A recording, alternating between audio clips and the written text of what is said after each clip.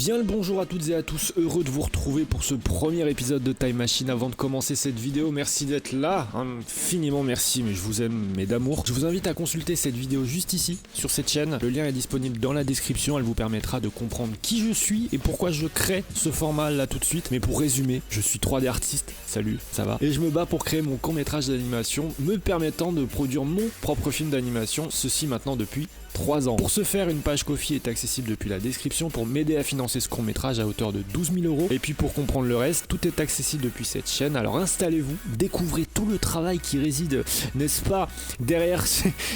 Pardon, je prends des airs, c'est hallucinant. Qui réside derrière mes créations et n'hésitez pas à me dire ce que vous en pensez. Excusez l'intonation timide, ça se voit pas, je sais, parce que j'essaie de vous mettre à l'aise. C'est pas ma première apparition, mais c'est une grande première pour ce format.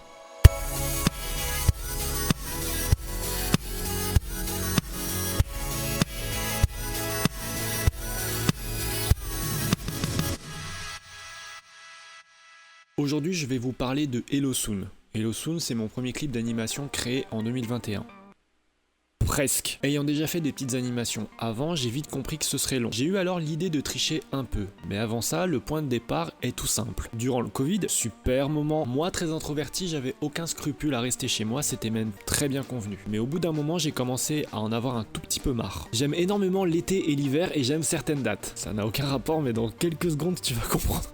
Tu vas comprendre de quoi je parle. Marquer le coup, dire que c'est l'été, c'est pour moi quand on tire les feux d'artifice du 14 juillet. Pour les raisons que nous avons connues, Covid, l'événement a été annulé et j'ai pas du tout, mais alors pas du tout apprécié. J'ai pas non plus pu voir ma famille de loin là-bas, qui est très très loin de là où je vis, pour quelques vacances. Dans ces cas-là, je m'exprime. J'ouvre Logic Pro X, je compose et quand ça me plaît, je mets en image. Bonjour bientôt, c'est ce que j'espérais. Tout de suite, comme souvent, j'imagine à quoi ça va ressembler. Je suis pas du genre à entretenir le mal, mais je le refuse pas. Je sais que je veux mettre en évidence ce que ça nous a fait, fermer des lieux, établir des protocoles, mettre des gestes barrières. Mais je veux pas remuer le couteau dans la plaie. Donc j'illustre et je termine sur une bonne note. Mais de manière générale, j'exprime mon état. Cette musique se veut donc porteuse d'espoir à ce moment-là. Je commence petit à petit la production avec une idée toute bête. Enchaîner des images et des contextes. Mais animer c'est long et nouveau pour moi. Alors je décide de faire ce qu'on appelle du parallaxe. Le parallaxe, c'est jouer avec la perspective en se servant de plusieurs couches d'images. Au loin, à l'arrière-plan, les objets ne bougent quasiment pas. Plus on se rapproche du premier plan, plus ils bougent, mais de façon coordonnée. Je travaille sur Blender, des logiciels 3D, je veux rien savoir. Maya c'est trop cher et ça me dégoûte de pas pouvoir avoir Maya. On peut faire en sorte de créer plusieurs couches. Il va pas vous dire comment faire et en fait faut le faire soi-même. Autant de couches qu'on souhaite. On place une caméra, on positionne nos objets et on organise ceux qui seront visibles et invisibles sur la couche en question. Et ensuite on fait un rendu unique. Un rendu unique c'est une photo de la scène. Un rendu total c'est plein de photos de la scène pour en faire une animation. Mais on ne le fera pas ici pour l'instant. Première vérité, seule la première scène sera en parallaxe. Et oui. C'est navrant. Toutes les suivantes sont des espèces de dioramas dans lesquels on voyage et ce sont une seule et unique image à chaque fois. Toujours est-il qu'on doit les modéliser. Seconde vérité, à cause de la nouveauté de ce projet à l'époque, j'ai tout de suite pensé à l'optimiser et à optimiser mon travail par la suite. En supprimant le projet entier à la fin de sa production. Bah ouais.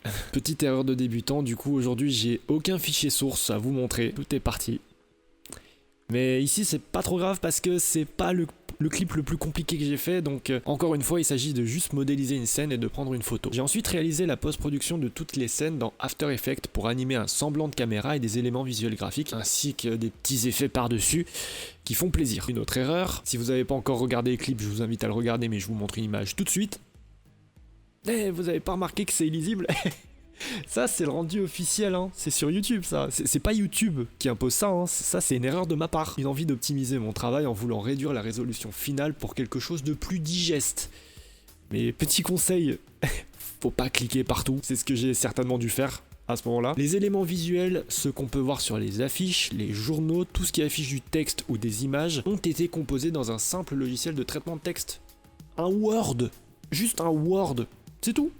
tu places tes titres, tu places tes sous-titres et puis t'en fais une image et c'est tout ce qui importe. Maintenant que t'as une image, t'as une texture et tu vas l'intégrer ensuite dans ta scène, tu fais un mapping adapté et le tour est joué. Le mapping, c'est la façon dont se place la texture sur sa géométrie. Je parle pas de mapping dans GTA RP ou dans Minecraft, d'accord? Ça n'a rien à voir. Ici, rien de complexe, seulement des rectangles à mapper. Dans des contextes plus avancés, c'est ce qu'on appelle le UV map. Imaginez que vous avez plié votre meilleur avion en papier, vous dessinez sur ses ailes, vous mettez vos initiales dessus même et bim, clac, c'est votre avion. Mais cette fois, si vous dépliez l'avion en papier, vous obtenez à nouveau une feuille plate, en 2 dimensions. Et vos coups de crayon sont placés à des endroits que vous n'aviez pas prévus, des endroits un petit peu aléatoires de la feuille. Le logiciel 3D, peu importe son nom ou son prix, fonctionne dans de grandes chances avec le UV Map.